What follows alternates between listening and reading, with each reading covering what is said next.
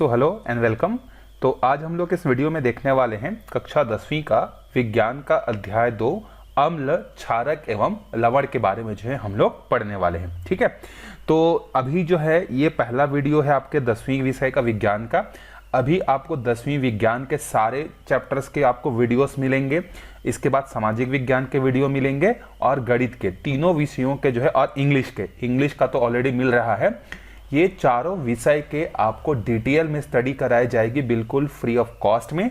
बस आपको करना क्या है, ये चैनल को सब्सक्राइब कर लीजिए। आपको हर दिन 2 से 3 वीडियोस आपके विषय के, सामाजिक के, विज्ञान के, किसी न किसी एक विषय के आपको जो है मिलते रहेंगे, ताकि आप अपनी पढ़ाई को क्या कर सको, कंटिन्यू कर सको।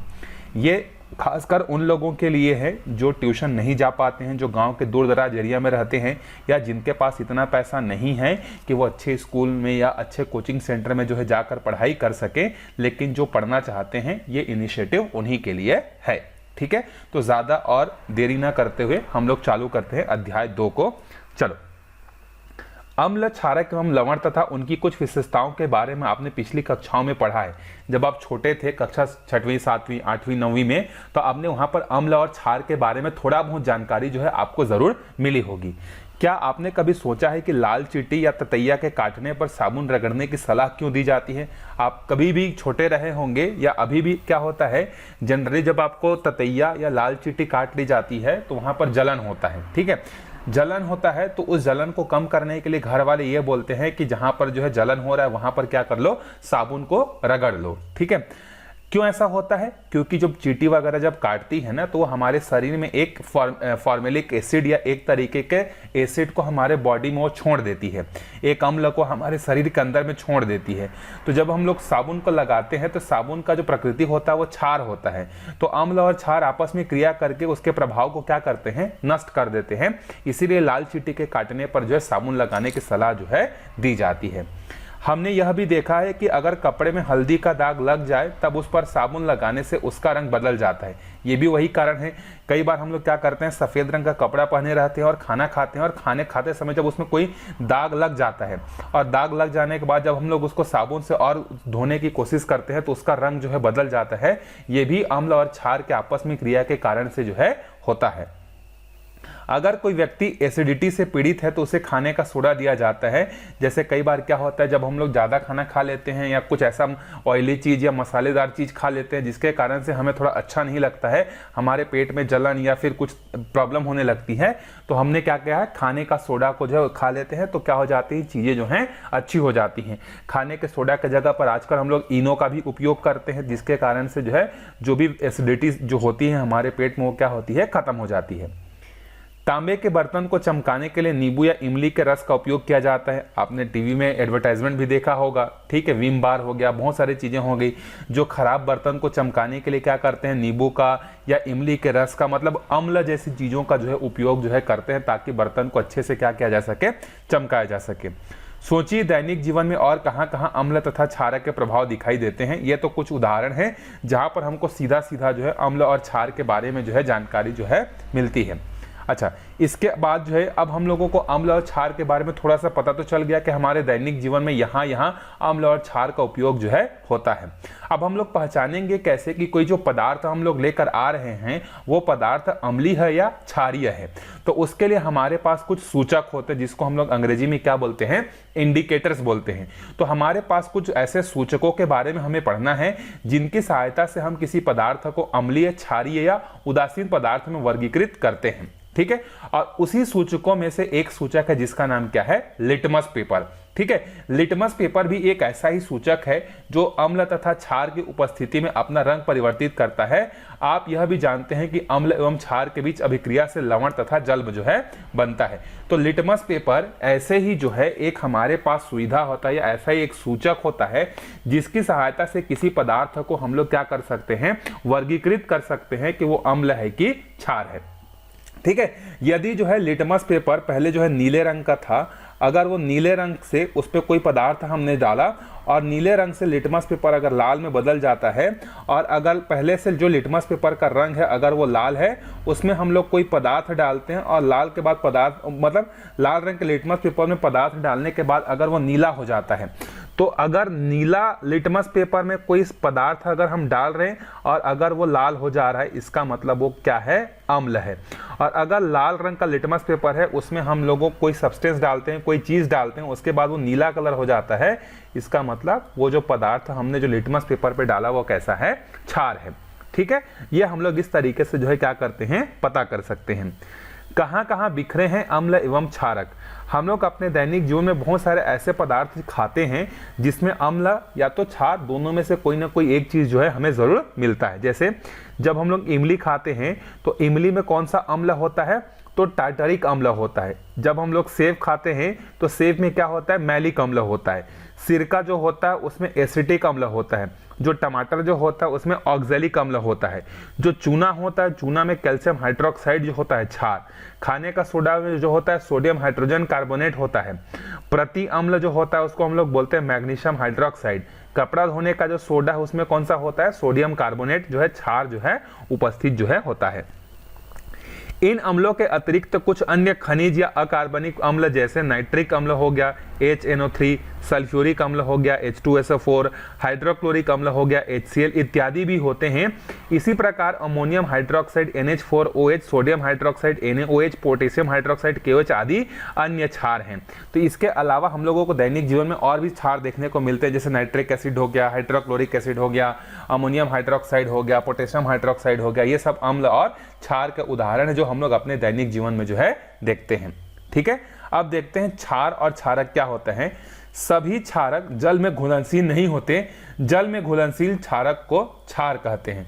मतलब जितने भी क्षारक जो होते हैं ना, वो सबके सब जल में घुलते नहीं हैं, लेकिन वो सभी क्षारक जिसको जल के साथ अगर घोलते हैं तो घुल जाता है, तो ऐसे क्षारक को हम लोग क्या बोलते हैं, क्षार बोलते हैं। ठीक है, क्या बोलते हैं उसको, क्षार जो है हम लोग उसको बोलते हैं। चलो अब आगे चलते हैं, कैसे करें अम्ल और क्षारक की पहचान। अब अगर हम लोगों को अम्ल और क्षार की पहचान करना है तो हमारे पास और क्या क्या तरीके जो है होते हैं उसके बारे में हम लोग देखते हैं। आप जानते हैं कि अम्ल की उपस्थिति में नीला लिटमस लाल तथा क्षार की उपस्थिति में लाल लिटमस क्या हो जाता है, नीला हो जाता है। मैंने आपको ही चीज बताया था अभी देखो ऊपर में कि अगर अम्ल है तो अम्ल क्या करेगा, नीला लिटमस को क्या कर देता है, लाल कर देता है, मतलब अम्ल उपस्थित है। और लाल को अगर नीला कर रहा है इसका मतलब क्या होता है, क्षार होता है। ये आपको वाइवा का क्वेश्चन भी जो है पूछा जा सकता है, इसको ध्यान में रखिएगा। ठीक है, तथा लाल लिटमस क्या हो जाता है, नीला हो जाता है। इसी तरह विलयन की प्रकृति की जांच करने के लिए कुछ पदार्थों का उपयोग किया जाता है जिन्हें हम सूचक कहते हैं। तो जिस तरीके से लिटमस पेपर का उपयोग हम लोग अम्ल और क्षार की पहचान में करते हैं, इसी तरीके से हमारे पास कुछ और भी सूचक होते हैं जिनकी सहायता से हम लोग क्या कर सकते हैं, अम्ल और क्षार की पहचान जो है कर सकते हैं। ठीक है, चलो देखते हैं। ये सूचक अपने रंग एवं अन्य गुणों में परिवर्तन के द्वारा हमें अम्ल और क्षार की पहचान में सहायता करते हैं। तो जो भी पदार्थ हम लोग लेंगे वो पदार्थ का गुण पहले कुछ और होगा, फिर उसमें हम लोग कुछ दूसरा पदार्थ डालेंगे तो वो पदार्थ अपने आप में क्या करेगा, कुछ ना कुछ परिवर्तन करेगा, चाहे रंग में हो चाहे किसी भी चीज में हो। वो परिवर्तन करके हमें बताता है कि हाँ आपने इसमें जो चीज डाला है वो अम्ल है कि क्षार है। ठीक है, जैसे कि गुड़हल हो गया, लाल पत्ता गोभी का रस हो गया, हल्दी हो गया, ये सब अम्ल और क्षार के सूचक के रूप में इसका उपयोग जो है किया जाता है। और ये सब हमारे क्या कहलाते हैं, प्राकृतिक सूचक जो है कहलाते हैं। क्या आप ऐसे कुछ सूचक और सूचकों को खोज सकते हैं जो अम्ल और क्षारकों की पहचान में मदद कर सकें? तो ये आप अपने लैब में प्रैक्टिकल करने जाओगे तो आप देख सकते हो। इन प्राकृतिक सूचकों के अलावा कुछ रासायनिक सूचक भी होते हैं, जैसे मेथिल रेड हो गया, मेथिल ऑरेंज हो गया, फिनोप्थेलिन हो गया। आइए इन्हें समझने के लिए एक क्रियाकलाप जो है हम लोग करते हैं। तो कुछ जो हमारे पास सूचक होते हैं वो क्या होते हैं, प्राकृतिक सूचक होते हैं, और कुछ जो होते हैं वो हमारे क्या होते हैं, रासायनिक सूचक जो है होते हैं। ठीक है, अब आपको ध्यान रखना है, ये सबसे इंपॉर्टेंट चीज है। ठीक है, लिटमस पेपर वाला जो अभी मैंने आपको बताया था, ये चीज, नीला को लाल करने वाला अम्ल, लाल को नीला करने वाला क्षार, ये आपको बहुत इंपॉर्टेंट है, आपको ध्यान में जो है रखना है। चलिए एक क्रियाकलाप हम लोग करते हैं और इस क्रियाकलाप से हम लोग समझने की कोशिश करते हैं कि किस तरीके से अम्ल और क्षार का पहचान जो है हम लोग सूचकों की सहायता से कर सकते हैं। तो पहला यहाँ पर क्रियाकलाप है, देखिए कांच के 3 स्लाइड लीजिए। हमें क्या करना है, इस तरीके से कांच का जो है 3 स्लाइड जो है हमें ले लेना है। ठीक है, कांच का स्लाइड आपको लैब में मिल जाएगा। पहली स्लाइड पर ड्रॉपर के सहायता से 3 अलग अलग स्थानों पर एक एक बूंद फिनाप्थिलीन की डालें। अब हमारे पास जो पहला जो स्लिट है या पहला जो स्लाइड है उसमें क्या करेंगे, 3 जगह हम लोग इस तरीके से फिनाप्थिलीन को जो है क्या करेंगे, ड्रॉपर के सहायता से जो है हम लोग डालेंगे। ड्रॉपर मतलब क्या होता है, बच्चे लोगों को देखा होगा ना, छोटे छोटे बच्चों को ड्रॉप जो है पिलाया जाता है, इस तरीके से रहता है, इधर कांच का या प्लास्टिक का बना हुआ रहता है और इधर इस तरीके से चौड़ा रहता है, जहां पर इस तरीके से निकला होता है, दबाते हैं, फिर दवाई वगैरह को जो है खींच कर निकालते हैं ना, वही ड्रॉपर के सहायता से 3 जगह पे रख देना है। इसी प्रकार दूसरी स्लाइड पर मेथिल ऑरेंज, और दूसरी स्लाइड जो होगी हमारी उस पर क्या डालेंगे हम लोग, मेथिल ऑरेंज को डालेंगे। और तीसरी स्लाइड पर जो है गुड़हल लाल गुलाब के फूल के रस को जो है हम लोग एक एक बूंद 3 अलग अलग स्थानों पर डालेंगे। ध्यान रहे ये बूंदे आपस में ना मिले, आपको चित्र में दिखाया है इस तरीके से आपको क्या करना है, डालना है। बस हमें ध्यान ये रखना है कि जो 3 बिंदुएं हम लोग कर रहे हैं, 3 बूंद जो गिरा रहे हैं, वो तीनों बूंद आपस में कभी ना मिल पाए। ड्रॉपर की सहायता से प्रत्येक स्लाइड की पहली बूंद पर एक तनु हाइड्रोक्लोरिक अम्ल डालें। अब जो तीनों स्लाइड है ना, तीनों स्लाइड का जो पहला बिंदु है उसमें हम लोग क्या करेंगे, हाइड्रोक्लोरिक अम्ल को जो है हम लोग उसमें क्या करेंगे, डालेंगे। दूसरे ड्रॉपर से दूसरी बूंद पर एक बूंद तनु सोडियम हाइड्रोक्साइड विलयन को डालें और रंग परिवर्तन को सारणी 2 में नोट करें। तो हमें क्या करना है, पहले बिंदुओं पर ये देखो, यहाँ पर और यहाँ पर जो टिक किए हैं उसमें हम लोगों को हाइड्रोक्लोरिक एसिड को डालना है। जो क्रॉस करने वाला दूसरा जगह है उसमें हम लोगों को क्या करना है, सोडियम हाइड्रोक्साइड को डालना है। ठीक है, और हम लोग फिर देखेंगे कि उसके कलर में जो है क्या परिवर्तन जो है होता है। प्रत्येक स्लाइड की तीसरी बूंद सूचक के वास्तविक रंग को प्रदर्शित करती है, जिसका उपयोग रंग में हुए परिवर्तन की पहचान के लिए करेंगे।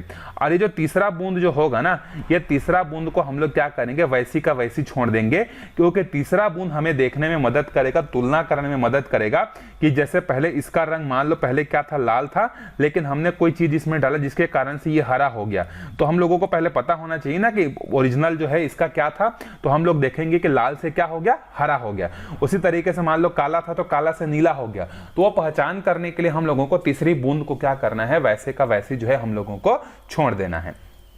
ठीक है, इसको जब आप लैब में करोगे फिर इसके बाद आपको इस टेबल को क्या करना है, भरना है। ठीक है, तो यहां पर देखो आपको सूचक का वास्तविक रंग दिया है, यहां पर देखो तो फिनाप्थिलीन जो होता है ना, इसका कोई रंग जो है नहीं होता है। ठीक है, शुरू में भी ये क्या होता है, रंगहीन होता है, कोई रंग नहीं होता है। तो जब आप इसमें हाइड्रोक्लोरिक अम्ल डालेंगे ना, तो इसके रंग में कोई परिवर्तन जो है नहीं होगा, तो ये कैसा रहेगा, रंगहीन हो जाएगा। ठीक है, मतलब पहले जैसा था फिनाप्थिलीन, हाइड्रोक्लोरिक एसिड को डालने के बाद भी क्या रहेगा, वो वैसी का वैसी ही रहेगा, मतलब कोई परिवर्तन नहीं होगा। तो जब आप फिनाप्थिलीन में कोई चीज को डालेंगे और फिनाप्थिलीन में कोई भी रंग परिवर्तन नहीं होगा, इसका मतलब जो चीज आपने उसमें डाला था वो क्या है, अम्ल है। और इसमें क्या होता है, ये पिंक कलर में जो है क्या होता है, बदल जाता है। ठीक है, तो पिंक कलर में अगर बदला मतलब हमने फिनाप्थिलीन में जो रंग डाला था या कोई भी पदार्थ जो डाला था वो क्या था, हमारा क्षार है, ये हम लोग समझ सकते हैं। ठीक है, तो फिनाप्थिलीन शुरू में अपने आप शुरुआत में वो रंगहीन होता है। जब हम लोग उसमें अम्ल को डालते हैं तो अम्ल को डालने के बाद भी उसके रंग में कोई परिवर्तन नहीं होता है, लेकिन अगर हम लोग क्षार को डालते हैं तो वो रंगहीन से कैसा हो जाता है, पिंक कलर में जो है क्या होता है, बदल जाता है। ठीक है, अब मेथिल ऑरेंज जो होता है, इसका वास्तविक रंग जो होता है वो ऑरेंज कलर का होता है। कैसा होता है, तो मेथिल ऑरेंज जो है उसका वास्तविक रंग कैसा होता है, संतरे रंग का होता है, ऑरेंज कलर होता है।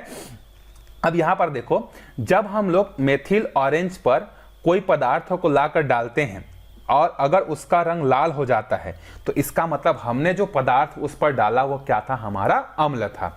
तो जैसे मेथिल ऑरेंज का शुरू में रंग होता है संतरे रंग का, जब हम लोग इसमें हाइड्रोक्लोरिक अम्ल को डालते हैं तो ये किस में बदल जाता है, लाल रंग में जो है ये क्या हो जाता है, परिवर्तित हो जाता है। ठीक है, आई होप आपको समझ में आया होगा।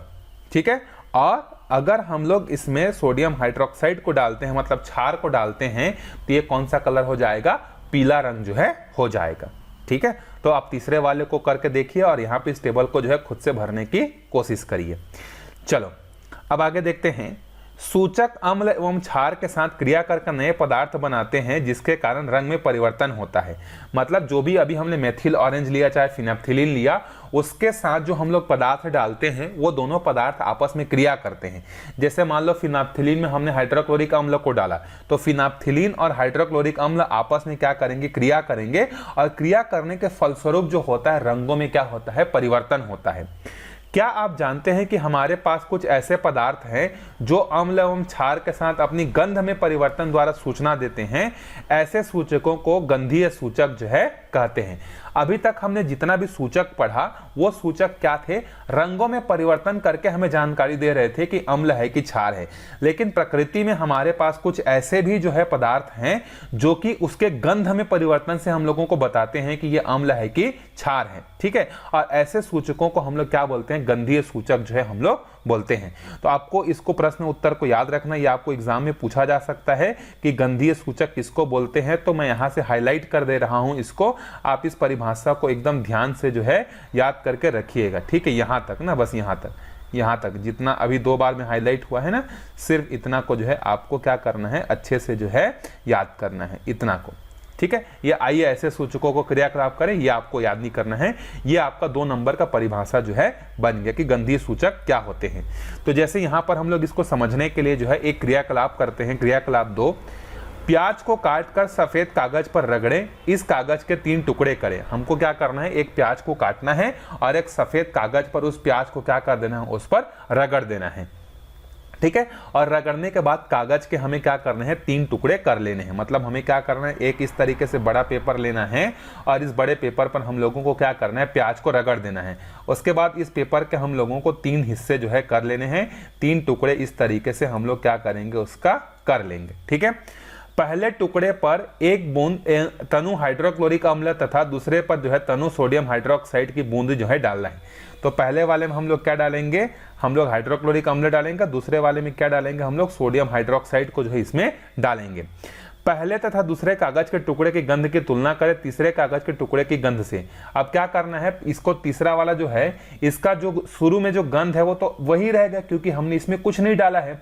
अब हम लोग एक बार इसको सूंघ के देखेंगे और एक बार पहले वाले को सूंघ के देखेंगे। तो यहाँ पर हम लोगों को पता चलेगा कि प्याज का जो गंध है वो क्या हो गया है? अब परिवर्तित हो गया है। उसी तरीके से तीसरे को सूंघने के बाद जब हम लोग हाइड्रोक्साइड जो डाले सोडियम हाइड्रोक्साइड वाला कागज उसको सूंघते हैं तो हम लोग देखेंगे कि उसके भी गंध में जो है क्या हो गया है? परिवर्तन जो है हो गया है। प्याज के अलावा भी कुछ और घ्राण सूचक है, जैसे वेनिला हो गया, लौंग का तेल हो गया, ये सब हमारे ऐसे हैं जो कि गंधीय सूचक जो है कहलाते हैं। परीक्षण के लिए इनके तनु विलयन का उपयोग करना चाहिए। तनु हाइड्रोक्लोरिक अम्ल की उपस्थिति में वेनिला अपनी गंध नहीं बदलता, परंतु तनु सोडियम हाइड्रोक्साइड की उपस्थिति में इसकी मधुर गंध गायब हो जाती है। तो उसी तरीके से जो हमारे पास वेनिला होता है, वेनिला में जब हम लोग हाइड्रोक्लोरिक अम्ल को डालते हैं ना तो उसके गंध में कोई परिवर्तन नहीं होता है। लेकिन जब हम लोग वेनिला में क्या करते हैं? क्षार को डालते हैं, मतलब सोडियम हाइड्रोक्साइड को डालते हैं, तो हम लोग देखते हैं कि शुरू में जो उसकी जो गंध थी वो क्या हो जाती है? अब ये गायब हो जाती है। ठीक है, तो आप अपने आसपास ऐसे बहुत सारे सूचक जो है क्या कर सकते हैं? खुद ब खुद जो है तैयार कर सकते हैं। अब यहां पर हम लोग देखते हैं कि प्रश्न दिया हुआ है, अचार को तांबे और एल्यूमिनियम के बर्तन में क्यों नहीं रखा जाता? देखो, अचार जो होता है वो क्या होता है? उसमें बहुत सारे मसाले होते हैं। जब हम लोग उसको एल्यूमिनियम के बर्तन के साथ रखेंगे ना तो अचार जो होता है जनरली जो होता है अम्ल होता है। ठीक है, तो अम्ल और कोई धातु जब क्रिया करता है ना तो वहां पर हानिकारक पदार्थ बन जाता है।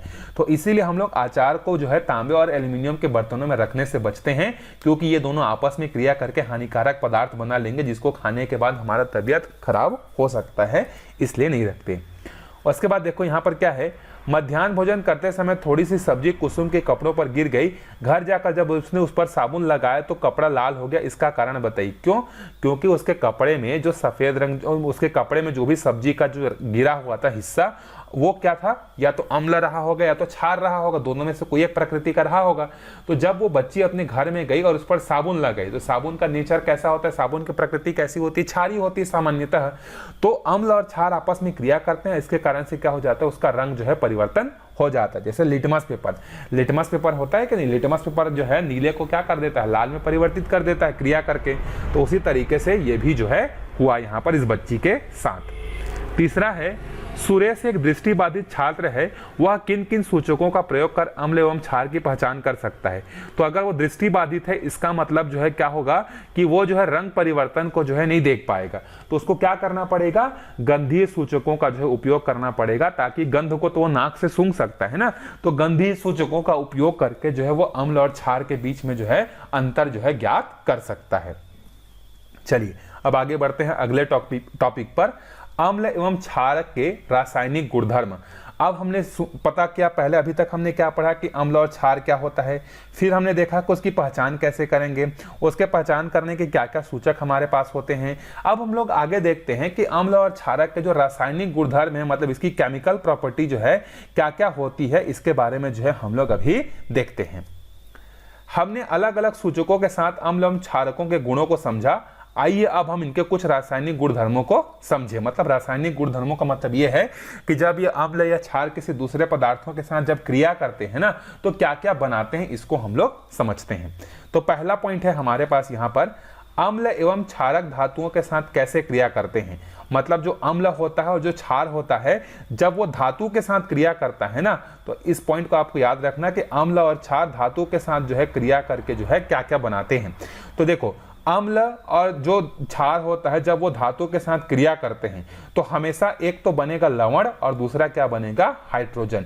इस पॉइंट को आपको हमेशा ध्यान में रखना है। ये बोर्ड परीक्षा में खाली स्थान के रूप में भी आ सकता है, सही विकल्प के रूप में भी जो है आ सकता है, 1 या 2 नंबर के क्वेश्चन के रूप में भी जो है आ सकता है। तो चाहे अम्ल हो चाहे क्षार हो, जब वो किसी धातु के साथ क्रिया करते हैं तो लवण बनता है। लवण मतलब हमेशा खाने का नमक मत समझना, लवण बहुत अलग अलग टाइप के हो सकते हैं, ठीक है। और हाइड्रोजन गैस वहां से बाहर निकलेगा। जैसे उदाहरण के लिए हमारे पास हाइड्रोक्लोरिक अम्ल है। हाइड्रोक्लोरिक अम्ल को जब हम लोग जिंक के साथ क्रिया कराते हैं तो हमें क्या मिलता है, जिंक क्लोराइड मिलता है और हाइड्रोजन गैस यहां से बाहर निकल जाती है। अब इस रिएक्शन को जो है क्या करना है, संतुलित करने के लिए हम लोग 2 मोल हाइड्रोक्लोरिक एसिड लिए और 1 मोल हम लोग क्या लिए, जिंक लिए। तो जिससे हमें जिंक क्लोराइड 1 मोल मिला और यहां से हाइड्रोजन गैस जो है क्या हो गया, बाहर निकल गया, ठीक है। कुछ ऐसी धातुओं के हाइड्रोक्लोरिक अम्ल से क्रिया करके समीकरण लिखे जिनका अध्ययन आपने पहले किया है।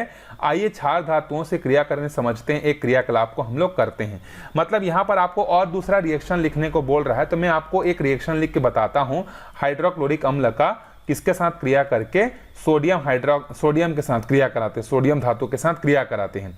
तो क्या बनेगा यहाँ पर देखो, एक तो बनेगा NaCl जिसको हम लोग क्या बोलते हैं, नमक बोलते हैं, और यही हमारा क्या है, लवण है, और हाइड्रोजन गैस यहाँ से बाहर निकलेगी। तो इस रिएक्शन को बैलेंस करने के लिए यहाँ पर हम लोग लगा देंगे क्या, 2 मॉलिक्यूल, और यहाँ पर भी लगा देंगे हम लोग 2 मॉलिक्यूल। सो हमें क्या मिल जाएगा, 2 मॉलिक्यूल सोडियम क्लोराइड मिल जाएगा और जो है 1 मॉलिक्यूल हाइड्रोजन गैस जो है यहाँ से बाहर निकल जाएगी। ऐसे ही आप और भी अभिक्रिया जो है करा कर जो है देख सकते हैं। यहाँ पर समीकरण बस आपका क्या होना चाहिए, सही तरीके से संतुलित जो है होना चाहिए। चलिए अब आगे बढ़ते हैं, एक तीसरा क्रियाकलाप को हम लोग देखते हैं। तो तीसरा क्रियाकलाप को करने के लिए एक परख नली में दानेदार जिंक के टुकड़े लें।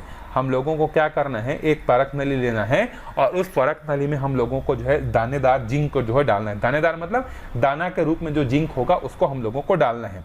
फिर इसमें हम लोगों को क्या करना है, 2 ml जो है हाइड्रोक्साइड, सोडियम हाइड्रोक्साइड मतलब NaOH, इसको क्या करना है, हम लोगों को डालना है। दानेदार जिंक के टुकड़ों की सतह पर आपको क्या परिवर्तन दिखाई देगा, यहाँ पर निकलने वाली गैस का परीक्षण आप कैसे करेंगे। तो जब हम लोग परख नली में पहले दानेदार जिंक को रखते हैं, फिर बाद में इसमें जब हम लोग सोडियम हाइड्रोक्साइड मतलब क्षार को जब मिलाते हैं तो ये गर्म हो जाता है और गर्म होने के बाद यहाँ से गैस जो होती है वो बाहर निकलने लगती है, ठीक है। अब ये गैस का पहचान कैसे करेंगे, तो जब हम लोग यहाँ पर क्या करेंगे, जलती हुई माचिस को तीली को लेकर जाएंगे तो वो माचिस के तीली और तेजी से जो है क्या होगा, जलने लगेगा। इसका मतलब वहां पर हाइड्रोजन गैस जो है वहां पर उपस्थित है। आप यहां पर इसका क्रिया देख सकते हैं। हम लोगों ने जिंक को पहले लिया, जिंक के 1 मॉलिक्यूल के साथ जो है 2 मॉलिक्यूल सोडियम हाइड्रोक्साइड क्रिया किया और सोडियम जिंकेट बना। यह सोडियम जिंकेट भी क्या है, एक तरीके का जो है क्या है, लवण है, और यहां से हाइड्रोजन गैस क्या हो गया, बाहर निकल गया। तो ये सारे अभिक्रियाएं आपको याद रखनी है कि ये सारे अभिक्रियाएं कैसे संतुलित हो रही हैं। ये आपको परीक्षा में भी क्या किया जा सकता है, पूछा जो है जा सकता है। चलिए अगला देखते हैं हम लोग, अम्ल धातु कार्बोनेट एवं धातु हाइड्रोजन कार्बोनेट के साथ कैसे अभिक्रिया करते हैं। अभी तो हमने देखा कि अम्ल और क्षार जो होते हैं वो धातु के साथ कैसे क्रिया करते हैं। अब हम लोग देखते हैं कि वो कार्बोनेट के साथ जो है किस तरीके की क्रिया जो है करते हैं। तो इसके लिए हम लोग क्या करेंगे, एक क्रियाकलाप 4 देखेंगे। तो एक परख नली में हमें 0.5 ग्राम सोडियम कार्बोनेट लेना है। मतलब इस तरीके से एक परख नली होगा, उस परख नली में हम लोगों को क्या करना है, आधा ग्राम जो है सोडियम कार्बोनेट को लेना है। अब इस परख नली में लगभग 2 ml हाइड्रोक्लोरिक अम्ल को थिसिल फनल की सहायता से हम लोगों को डालना है। ये जो इस तरीके का कप जैसा डिजाइन होता है ना, इस तरीके से नीचे लंबा लाइन हो, इसको क्या बोलते हैं हम लोग, थिसिल फनल बोलते हैं। तो थिसिल फनल की सहायता से हम लोग इसमें 2 ml हाइड्रोक्लोरिक अम्ल को जो है डालेंगे। क्या कोई परिवर्तन दिखाई दिया? तो उत्तर है हाँ, हमें परिवर्तन जो है दिखाई देगा। निकलने वाली गैस कार्बन डाइऑक्साइड है, इसका परीक्षण आप कैसे करेंगे? तो जब हम लोग इसमें क्या करते हैं, सोडियम कार्बोनेट को लेते हैं और जब इसमें हम लोग हाइड्रोक्लोरिक अम्ल को डालते हैं तो वो दोनों आपस में क्रिया करते हैं और आपस में क्रिया करने के बाद यहाँ से एक गैस निकलती है और इस गैस को हम लोग निकास नली की सहायता से बाहर ले जाते हैं और बाहर में एक और परख नली लेकर आते हैं और इस परख नली में हम लोग क्या करते हैं, चूने के पानी को लेकर आते हैं। तो यहाँ से निकलने वाला जो गैस है उसकी पहचान करने के लिए हम लोग क्या करेंगे, चूने के पानी को लेकर आएंगे और यहां से निकलने वाली गैस जब इस चूने के पानी में जाएगी तो पहले ये जो द्रव अवस्था में था अब ये बदल कर क्या हो जाएगा, ठोस अवस्था में जो है क्या हो जाएगा, परिवर्तित हो जाएगा। तो जब भी चूने का पानी ठोस अवस्था में परिवर्तन होगा इसका मतलब वहां पर कार्बन डाइऑक्साइड गैस जो है निकला है। तो आपको समझ में, इस परख नली में जो हम लोग कार्बोनेट डाले थे, सोडियम कार्बोनेट, जब उसमें हम लोगों ने क्या किया, वहां पर हाइड्रोक्लोरिक अम्ल को जब हमने डाला तो हमने देखा कि वहां से गैस निकला और वो गैस कौन सा, इसकी पहचान करने के लिए एक परख नली में चूने के पानी को लेकर आए और उस गैस के साथ का क्रिया कराए। तो हमने देखा कि चूने का पानी अब क्या हो गया है, ठोस हो गया है। तो इसका मतलब वो गैस कौन सी थी, कार्बन डाइऑक्साइड ही थी। अब इस क्रिया को आप यहां पर ध्यान से समझिए कि अगर हमारे पास कोई भी धातु का कार्बोनेट है या धातु का हाइड्रोजन कार्बोनेट है, अगर अम्ल के साथ क्रिया कराएंगे तो क्या बनेगा, लवण बनेगा, कार्बन डाइऑक्साइड बनेगा और यहां से जल जो है क्या होगा, बाहर निकल जाएगा। तो इसको आपको ध्यान में जो है रखना है, ठीक है। तो अगले वीडियो में फिर हम लोग क्या करेंगे, क्षारक अधातु ऑक्साइड के साथ कैसे क्रिया करते हैं इसके बारे में जो है हम लोग पढ़ेंगे। तो आप सभी से रिक्वेस्ट है कि आपके जितने भी क्लासमेट हैं, चाहे अलग अलग स्कूल में ही क्यों ना हो, उनको ये वीडियो जरूर शेयर कीजिए ताकि वो इन वीडियोस का क्या कर सकें, लाभ उठा पाएं और बहुत अच्छे से अपनी पढ़ाई को कर सकें। तो मिलते हैं अगले वीडियो में, तब तक के लिए बाय बाय।